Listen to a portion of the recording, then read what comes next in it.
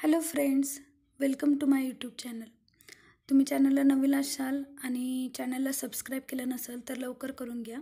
आपण असेच वेगवेगळ्या सब्जेक्टचे MCQ सॉल्व करून घेतो आहे. ठीक आहे, आज आपण बघतो आहे रेनफोर्स सिमेंट कॉन्क्रीटचे इम्पॉर्टंट क्वेश्चन्स. ठीक आहे, सो जास्त टाईम न घेता आपण सुरू करू. फर्स्ट क्वेश्चन आहे, minimum number of longitudinal steel bars required in rectangular column as per IS 456/2000 is. ठीक आहे, तर इथं कशाचे कोणत्या शेपचं विचारलं आहे? कॉलमच्या रेक्टँग्युलरच्या. ठीक आहे, रेक्टँग्युलरसाठी आपण किती नंबर ऑफ बार्स यूज करतो? तर याचं करेक्ट ऑप्शन आहे ए, दॅट इज 4 बार्स. ठीक आहे, सर्क्युलरसाठी किती यूज करतो, परत स्क्वेअर शेपसाठी किती यूज करतो ते पण तुम्हाला माहिती पाहिजे. ओके, सो याच्या रिलेटेड जे क्वेश्चन विचारलेत मी त्याचं कमेंटमध्ये आन्सर सांगा ज्याला माहिती असेल त्यांनी. ठीक आहे, next question, in absence of detail design the percentage of steel in concrete column is usually taken as.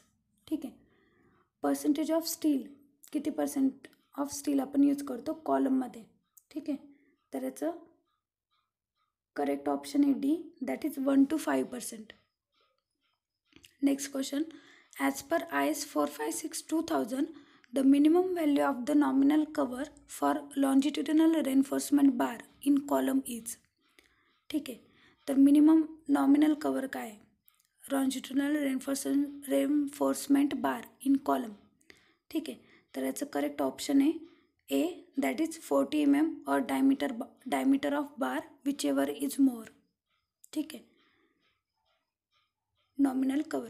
Next question, lap splices shall not be used for bar longer than.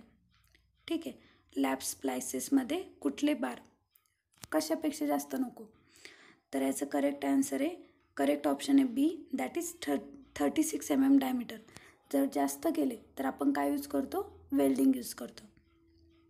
याचे 3 criteria आहे.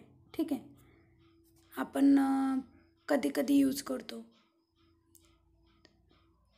Lap स्प्लायसेसचे. ठीक आहे, next question आहे, the minimum cover to the ties or spiral should not be less than. ठीक आहे, ties आणि स्पायरलसाठी मिनिमम कवर. तर करेक्ट ऑप्शन आहे C, that is 25 mm. Next question, while designing structure the column with highest equivalent length has. Highest equivalent length. ठीक आहे, हा question खूपदा रिपीट झाला आहे आणि वेगवेगळ्या पद्धतीने झाला आहे. हायेस्ट, आता इथं हायेस्ट विचारली आहे. नेक्स्ट क्वेश्चनमध्ये लोवेस्ट पण असू शकते. सो दोन्ही टाईपचं तुम्हाला माहिती पाहिजे. इथं आपण हायेस्ट आन्सर देऊ. याचं करेक्ट ऑप्शन आहे B, that is 1 end fixed and other end free. तर याचं सेम क्वेश्चन मी लोवेस्टचं विचारते, तर लोवेस्टसाठी याच्यातलं कुठलं ऑप्शन करेक्ट असेल ते मला कमेंटमध्ये सांगशाल. Okay, next question, the maximum permissible final deflection of a beam should not exceed. Final deflection of a beam, तर याचं करेक्ट ऑप्शन आहे B, that is span by 250. नेक्स्ट क्वेश्चन, as per IS 456/2000 basic value of span to effective depth ratio for span up to 10 meter for continuous beam is. ठीक आहे, continuous बीमसाठी किती आहे? करेक्ट ऑप्शन आहे B, that is 26. Okay, next question, the effective length of column in RCC building frame as per IS 456/2000 is independent of the. ठीक आहे, तर correct option आहे D, that is load acting on the frame. त्याच्यावरती depend नाही आहे effective length.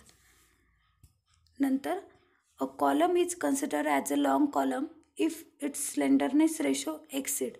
आता इथं long column विचारलं आहे. नेक्स्ट क्वेश्चनमध्ये कसं असू शकतं? Short column. शॉर्ट कॉलम कशाला म्हणणार? जेव्हा स्लेंडरनेस रेशो कशापेक्षा जास्त आहे किंवा कमी आहे. तर याचं करेक्ट ऑप्शन आहे ए, that is 12.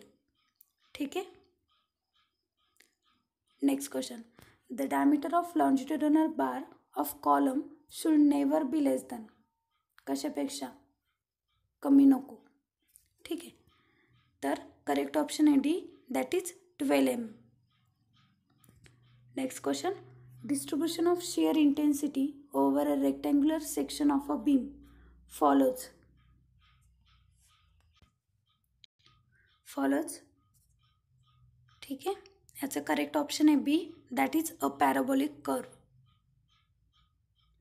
Next question, if the shear stress in R C C beam is, हां याच्यामध्ये सगळे येतात. सो करेक्ट ऑप्शन आहे D, all of the above. That is काय काय इन्क्लूड होतं, equal or less than 5 kg per centimeter square, no shear reinforcement is provided, greater than 4 kg per centimeter square but less than 20 kg per centimeter square, shear reinforcement is provided.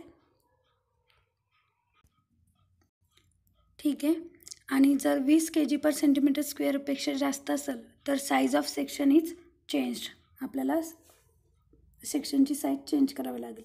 So हा criteria आहे shear स्ट्रेससाठी. कधी shear enforcement provide करायची, कधी नाही provide करायची. ठीक आहे.